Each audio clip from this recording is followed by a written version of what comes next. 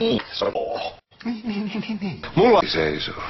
Ja Seppistä hienosti. No, hän on ihan perusjuttuja. Ja nimenomaan. No, tää oli vasta alkulämmittelyä.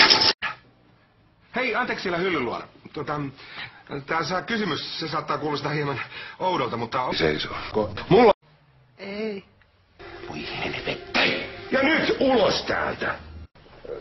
Lämmärin pitkä kynsi. No mitäs työmyyrä?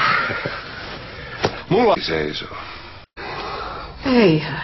Mutta se on totta, kun mä kerroin siitä Maaritille ja Sepollekin. No sehän on kauheeta.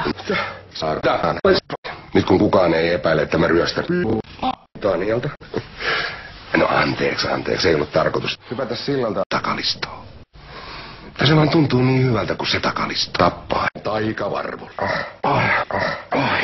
Se oli hienoa. Paljosta saan olla kiitollinen Sepolle. Tarvitaanko me vielä jotain muuta tukkulistaa?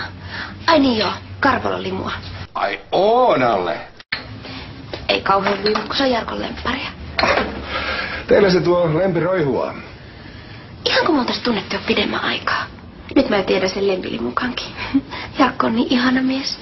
Mutta mä oon ihana mies kanssa. Mulla seisoo.